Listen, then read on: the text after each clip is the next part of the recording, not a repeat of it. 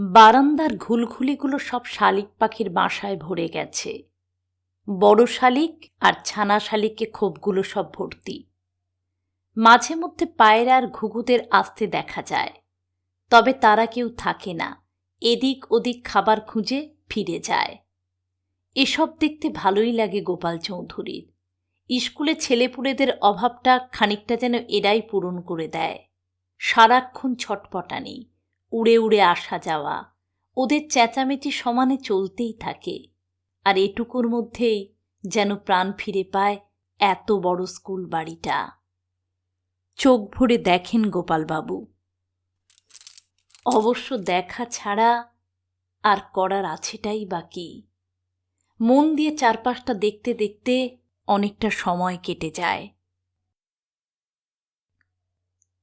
School বসার সময়টা শুরু হয়ে গেলে রোজ ঘুরে ঘুরে একতলা দোতলার সব কটা ঘরে একবার করে পায়চারি করে আসেন গোপালবাবু।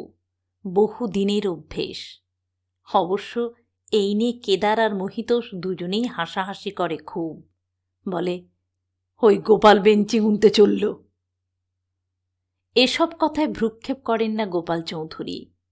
রোজ একবার স্কুল বাড়ির সবটা টহল না দিলে তার মনের ভেতরটা খচখচ করে সারাক্ষণ। মনে হয় যেন প্রতিটি অন্ধকার ঘর, মলিন ব্ল্যাকবোর্ড, প্লাস্টার খসে পড়া দেওয়াল নিঃশব্দে ডাকছে। ওরাও তো এত বছরের অভ্যেস কাটিয়ে উঠতে পারছে না। কিভাবে যেন এই বাঁধন কাটিয়ে উঠতে পারেন না গোপাল চৌধুরী।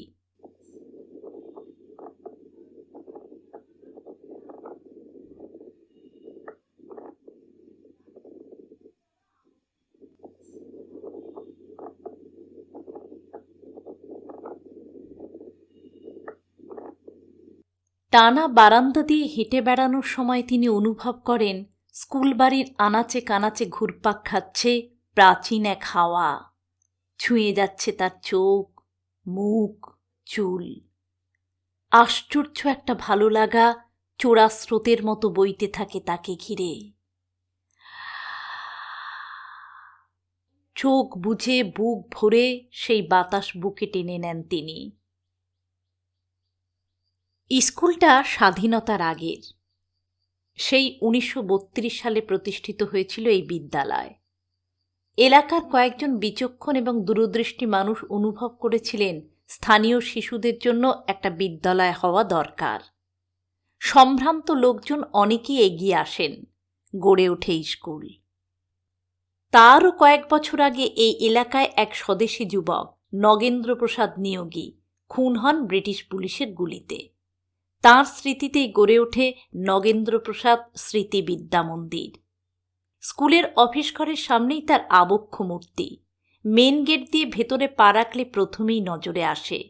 প্রতিদিন ঢোকার সময় গোপালবাবুর দৃষ্টি পড়ে মূর্তির উপর। নিমেষে হাতঘড়িটায় সময় দেখে নেন, দেরি হয়ে গেল কিনা। অবশ্য দেরি তার কোনোদিনই হয় না। এত দিনের অভ্যাস, রিফ্লেক্সও বলা যেতে পারে। সেই 90-এর দশকের শুরুতে এই স্কুলে বাংলার শিক্ষক হিসেবে যোগ দেন তিনি। না, তখন টাকা দিয়ে চাকরি বিক্রি হওয়ার ঘটনা শোনা যায় না। শিক্ষকদের যোগ্যতা অযোগ্যতা মাপার দাঁড়িপাল্লাও বসেনি কোথাও। তখন ব্রাহ্মণটের বিজয় পতাকা আকাশে পতপত করে উঠছে। পাইয়ে দেওয়া রাজনীতি তখনও ছিল, কিন্তু যেন একটু চোরাগুপ্তা আর একটু লাজুক। নাকি তখন সংবাদ মাধ্যমের বাড়বাড়ন্ত এতটা ছিল না, তাই এরকম মনে হয়। কে জানে। আজকাল কোনো কিছুই আর তলিয়ে ভাবতে ইচ্ছা করে না গোপালবাবুর। মনে হয় হয়েই তো এলো, আর এত চুলচেরা খতিয়ানে লাভ কি। সব সময়েরই একটা নিজস্ব ধর্ম থাকে। মানুষও বদলায়, সময়ও। যেভাবে মানুষ পাল্টায় সেভাবে সময়ও পাল্টে যায়।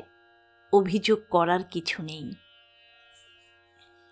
যাই হোক, গোপালবাবুর বর্দা বলরাম চৌধুরী এলাকার শাসক দলের গুরুত্বপূর্ণ নেতা ছিলেন। গোপালবাবুকে তাই সহজেই চাকরিতে ঢুকিয়ে দিয়েছিলেন ম্যানেজিং কমিটিকে বলে। সেই থেকে আজও চলছে। তবে ভাই গোপালকে এখানে গুঁজে দেওয়ার ক্ষেত্রে আরও একটা কারণ অবশ্যই আছে। ছেলেবেলা থেকে গোপালবাবু বাম পা আকারে কিঞ্চিৎ ছোট, ফলে সামান্য খুঁড়িয়ে হাঁটা তার চারিত্রিক বৈশিষ্ট্যের একটা অন্যতম প্রধান মাপকাঠি। এমন খুঁড়া ছোট ভাইটাকে যাতে বেশি হাঁটাহাঁটি করতে না হয়, সেই জন্য বাড়ির কাছে একটা নিশ্চিত ব্যবস্থা। শারীরিক খুঁতের ব্যাপারটা একটু বড় করে দেখিয়ে ডাক্তারের ব্যবস্থাপত্র আদায় করে কাজটা করতে বেশি বেগ পেতে হয়নি বলরাম চৌধুরীকে। আর সেই থেকে নগেন্দ্রপ্রসাদ স্মৃতি বিদ্যা মন্দিরের শীত গ্রীষ্ম বর্ষা 12 মাসের ভরসা গোপাল স্যার। ছেলেরা জনান্তিকে যাকে ল্যাংডা স্যার বলেও ডাকে। অবশ্য ডাকে না বলে ডাকতো বললেই যথাযথ হয়, কারণ সেই লকডাউন অবধি গুটি কয় ছাত্র টিকে থাকলেও লকডাউনের পরে সব ঝকঝকে ফর্সা। স্কুলের লেখাপড়ার চেয়ে ছেলেরা গ্যারেজে গাড়ি সারানো, বাজারের রাস্তায় মোবাইল সারানো কিংবা মিস্ত্রি মজুরের কাজে বেশি আগ্রহ বোধ করছে। একসময় শিক্ষকরা বেরোতেন ছাত্রদের বাড়ি বাড়ি ডেকে আনতে, লাভ হয়নি। অভিভাবকরা উৎসাহ দেখাচ্ছে না, অনেকে তো মুখের ওপর বলেই দিয়েছে, কি হবে মাস্টারমশাই লেখাপড়া শিখে। মাস্টারমশাইরা অবশ্য কখনো উত্তর দেবার চেষ্টা করেছেন, কখনো তা করেননি, হাল ছেড়ে দিয়েছেন। সত্যি কি হলো পড়াশোনা শিখে? তারাও তো যথাসম্ভব পড়াশোনা শিখেছে, কলেজে বিশ্ববিদ্যালয়ের ডিগ্রি পেয়েছে, তাতে কি হলো?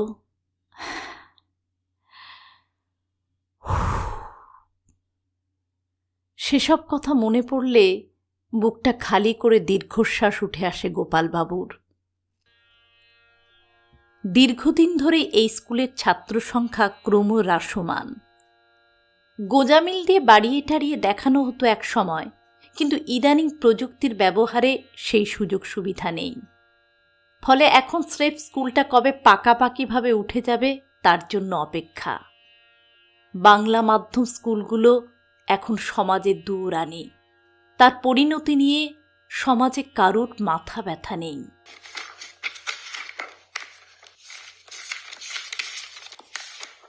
প্রতিদিন সকালে এসে হাজিরা খাতায় সই করে পা গুটিয়ে বসে থাকা ছাড়া আর কোনো কাজ নেই। অবশ্য ঠিক 11:15টায় নিজের বারান্দায় দাঁড়িয়ে ঢং ঢং করে ঘণ্টা বাজিয়ে দেন গোপাল চৌধুরী। এত দিনের অভ্যাস এই ধাতব শব্দে দিন শুরু করার। হাতের মধ্যে পিতলের ভারী চাকতিটা কাঠের হাতুড়ির আঘাতে থরথর করে কাঁপতে থাকে ক্রমাগত।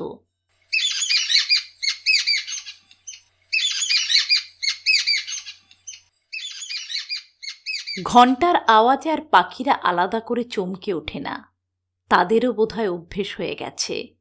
গুটি কতেক চেনা মানুষ ছাড়া আর কেউ নেই, তারা জানে তাদের বিপদের ভয় নেই। এরপর অকারণ অপেক্ষা, দিনভর অপেক্ষা। কখনো কদাচিৎ পুরনো ছাত্র কেউ হয়তো সার্টিফিকেট আনতে এসেছে, তার সঙ্গে গল্প গাছা, একটু হয়তো চা বিস্কুট, কুশল বিনিময়। তাদের ব্যস্ততা থাকলেও দুদণ্ড গল্প করে সময় কাটানোর চেষ্টা। সেসব কি দিনই না গেছে এক সময়, সেই স্মৃতিচারণ। গোপালবাবু ছাড়া আরও জোনাচারেক মানুষ এখনও এই স্কুলের সুতোয় আটকে। তাদের মধ্যে মহিতোর শিক্ষকতার পাশাপাশি জীবন বীমার এজেন্ট, সারাদিনে কোনো একটা সময় এসে হাজিরা খাতায় সই করে যায়। আর কেদারবাবুর চাকরি তো আছে মোটে 6 মাস, ফলে তার আসা যাওয়ার কোনো ঠিক ঠিকানা নেই। আর ক্লার্ক সুবিমলও ইচ্ছে মতো আসে যায়, তার বাড়ি কাছাকাছি। সারাটা দিন পোড়ো স্কুল বাড়িতে থাকেন শুধু গোপালবাবু এবং সুপ্রিয়া। বছর 15 আগে সুপ্রিয়া স্কুলে জয়েন করেছিল। গোপালবাবুর থেকে প্রায় 18 বছরের ছোট। তারপর চোখের সামনে সুপ্রিয়ার বিয়ে হলো। 3-4 বছর সংসারের পরে ডিভোর্স হয়ে গেল, সন্তানাদি নেই। মহিতোষ কেদাররা সেই দিকেই ইঙ্গিত করে সব সময়। গোপালবাবু অবিবাহিত, সুপ্রিয়াও ডিভোর্সি। সেখান থেকেই শুরু হয় টিকা টিপ্পনির রসদ। গোপালবাবুকে বলে, আমরা না থাকলে তো তোর সবচেয়ে সুবিধে, ফাঁকা মাঠ, সারাদিন গোল কর, লুডো খেল, ফুটবল খেল, যত খুশি গোল দে, তবু স্কোর বোর্ডে কিচ্ছু উঠবে না। কিংবা কখনো বলে, সামনে খাবার থাকতে উপোস করে কি মরা ভালো দেখায় রে গোপাল? এতে খাবারেরও তো অভিমান হতে পারে, এরপর কিন্তু মানভঞ্জনের পালা তোকে করতে হবে। মুখ বুজেই সব শোনেন গোপাল চৌধুরী। এসব নিয়ে বাগবিতানটায় জড়াতে তার মন চায় না। সুপ্রিয়ার কানেও নিশ্চয়ই যায় এসব কথা।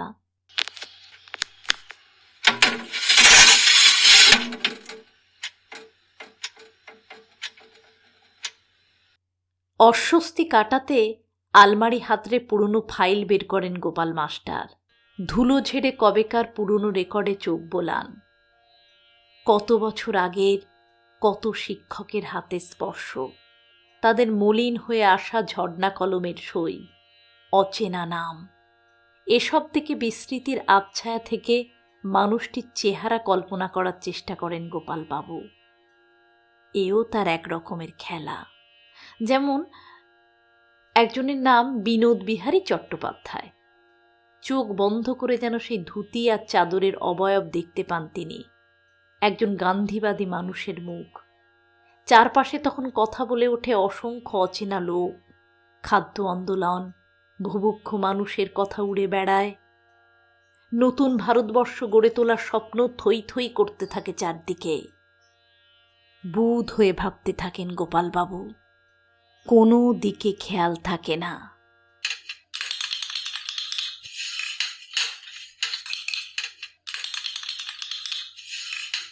আচমকা সুপ্রিয়ার ডাকে হুঁশ ফেরে। গোপালদা, চা ঠান্ডা হয়ে গেল যে। চিন্তা ভাবনা সরিয়ে রেখে কাপটা টেনে নেন গোপাল মাস্টার। ইদানিং সুপ্রিয়াই ব্যবস্থাটা করেছে। বিরাট কিছু অবশ্য নয়, একটা ইন্ডাকশন হিটার রাখা হয়েছে স্টাফ রুমে, তাতেই বার দুয়েক চা করে, আর মাঝে মধ্যে চালে ডালে কিংবা সেদ্ধ ভাত ফুটিয়ে নেয়। কাজ তো কিছুই নেই, এসব করে যতটা সময় কাটে আর কি। অবশ্য এতে ভারী সুবিধে হয়েছে গোপালবাবুর। বিয়ে থা হয়নি, ফলে এই বয়সে রান্নাবান্না একরকমের ঝামেলা বলেই মনে হয়। সাধারণত স্কুল থেকে দুপুরে বেরিয়ে একবার কাঁঠালতরা মোড়ে প্রসাদের দোকানে মাছ ভাত খেয়ে আসেন। এখন সুপ্রিয়ার কল্যাণে কোনো দিন সেই পরিশ্রমটুকুও বেঁচে যায়। দুপুরের খাওয়াটা স্কুলেই সেরে নেন। বছর দুয়েক আগে হেডমাস্টার সমীরণবাবু রিটায়ার করার পর আলমারির সব চাবি আপাতত গোপাল চৌধুরীর হেফাজতেই আছে। রোজ সেই সব খুলে পুরনো কাগজপত্র উলটপালট করে দেখেন তিনি। একসময় কত কৃতি ছাত্র এই স্কুল থেকেই পাশ করেছে। বিখ্যাত সিনেমা পরিচালক অর্ধেন্দু বিকাশ মুস্তাফি এখানকার ছাত্র ছিলেন। মনে আছে প্ল্যাটিনাম জয়ন্তী উৎসবে তিনি এসেছিলেন একবার। কবি সুনীল সমাজপতিও এখানেই পড়াশোনা করেছেন ছোটবেলায়। ফুটবলার জোহেব আখতারও এই স্কুলেরই ছাত্র। জেলা স্তরে ফুটবল খেলেছেন, কলকাতার বড় ক্লাবেও চান্স পেয়েছিলেন। আরও কত মানুষ। একটা স্কুল উঠে যাওয়া মানে এত বছরের এত এত ছাত্র তাদের লালন ক্ষেত্রটাই হারিয়ে ফেলবে চিরকালের মতো।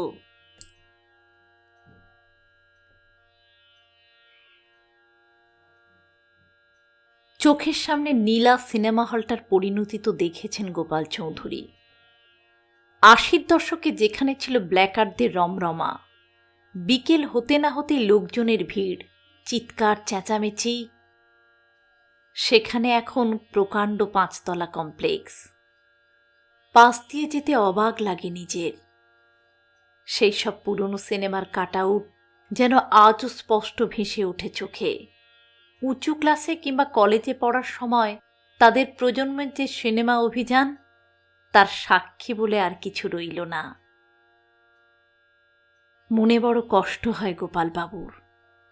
বেশ বুঝতে পারেন, নিঃসঙ্গতার সমুদ্রে হাবুডুবু খেতে খেতে তিনি সময়ের কিছু আগেই বুড়ো হয়ে যাবেন। আঁতিপাতি করে অতীত খোঁজা, আর যা নেই তার জন্য মন খারাপ হয়ে যাওয়া যে বয়স হওয়ার লক্ষণ। আর শুধু কি তিনি, চোখের সামনে সুপ্রিয়া মেয়েটাও যেন দিন দিন কেমন বুড়িয়ে যাচ্ছে দ্রুত। অথচ প্রথম যখন আসে কত ছটপটে ছিল, একটা স্ত্রী ছিল চেহারায়, গায়ের রংটা সামান্য চাপা, কিন্তু মুখে একটা লাবণ্য ছিল বরাবর।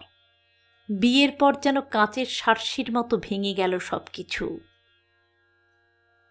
ওর জন্য খারাপ লাগে গোপালবাবুর, কিন্তু কোনোদিন মুখ ফুটে সহানুভূতি প্রকাশ করেন না। কানে বাজে ফুটবল, লুডো খেলার মতো অশ্লীল ইঙ্গিত। কি দরকার? এই তো শামুকের মতো সমস্ত আবেগ খোলসের মধ্যে গুটিয়ে নিয়ে তিনি বেশ আছেন। কেটে তো যাচ্ছে দিনগুলো।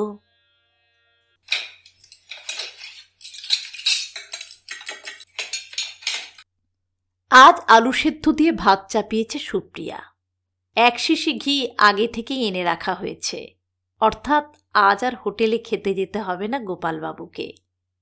তার বাড়িতে 3 ভাইয়ের এক হাঁড়ি ছিল বহুদিন। তখন তাই অবিবাহিত গোপাল চৌধুরীর খাওয়া নিয়ে এত সমস্যাও ছিল না। দুটো বৌদি খুঁতো দেওরকে বেশ খানিকটা স্নেহই করত। আর যাই হোক, যত্ন আত্মীর ত্রুটি ছিল না। তারপর যা হয় সব সংসারে।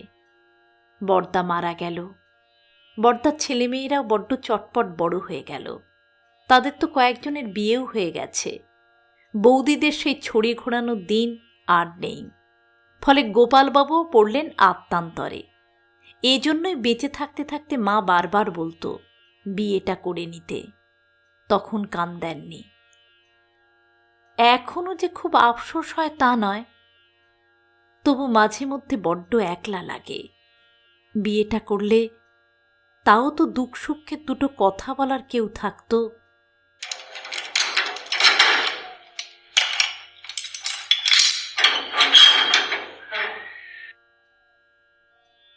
সাড়ে 4টে বাজলে আবার ঘণ্টা বাজান গোপালবাবু। তারপর তালা চাবি দিয়ে স্কুল বন্ধ করে বেরিয়ে যান।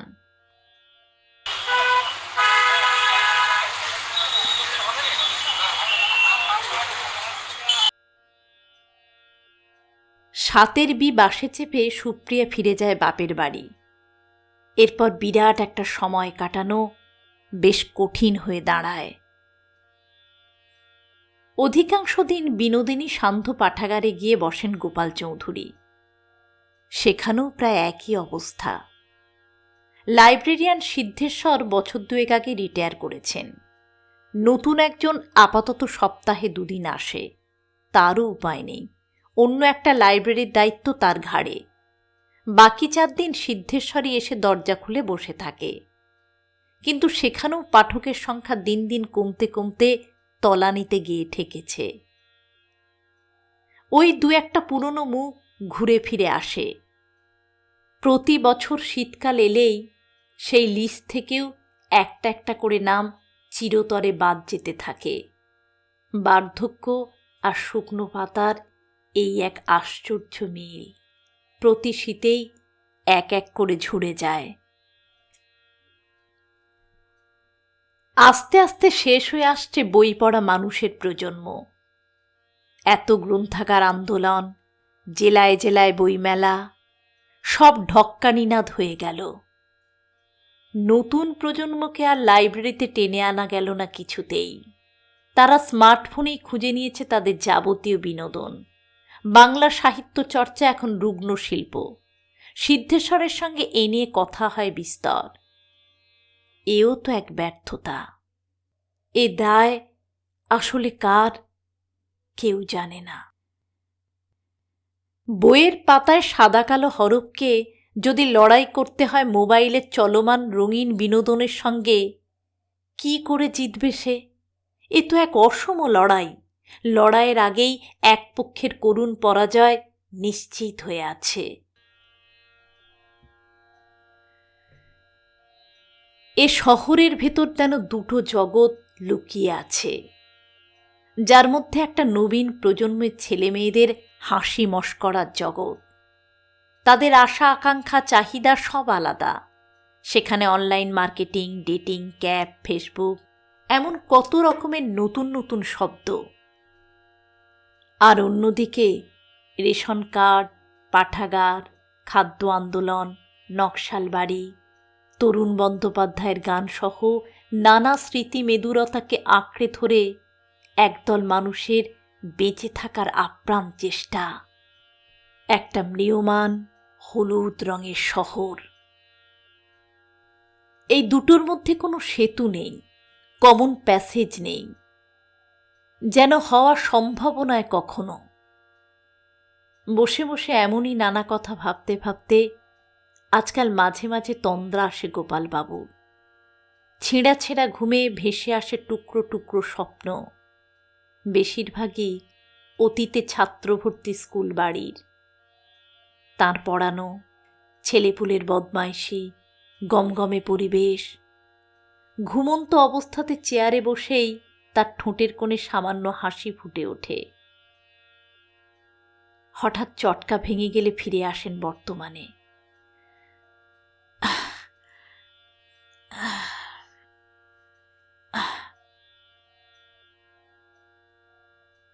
চারদিক শুনশান।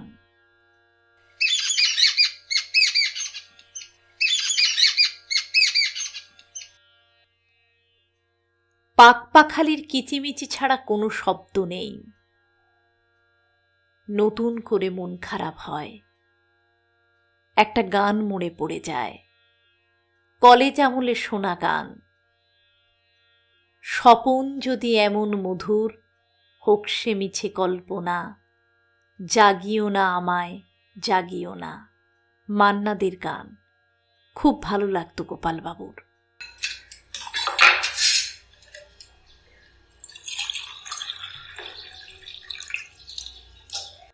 আচমকা বাসনের শব্দে সম্বিত ফিরল গোপাল চৌধুরীর।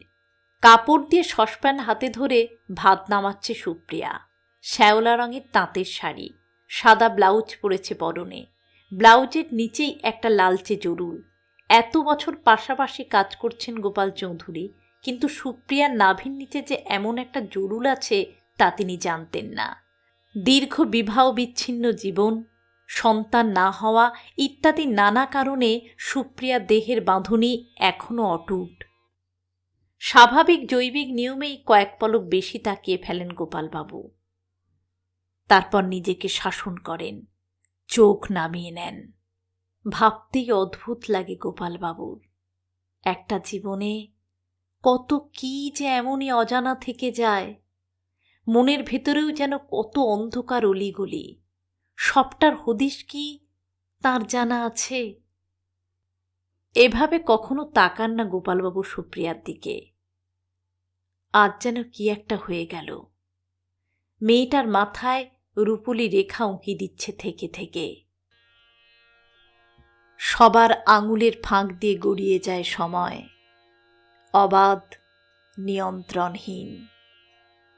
সেই চোরাবালির ভেতর একটা সিনেমা হল হারিয়ে যায়। লাইব্রেরির মুখ থুপড়ে পড়ে রাস্তার ধারে। তরুণীর চুলে রূপলি রং ধরে। চুপি চুপি একটা গোটা স্কুল দখল করে নেয় শালিক পাখির দল। চোখ আর মন দুটোই সরিয়ে নেন গোপালবাবু। কি হবে আর? এতদিন যখন হয়নি, তখন থাক। জীবনের হলুদ শহরের আলো মুড়ে আসছে। সন্ধ্যের অন্ধকার নামতে কতটুকুই বা দেরি।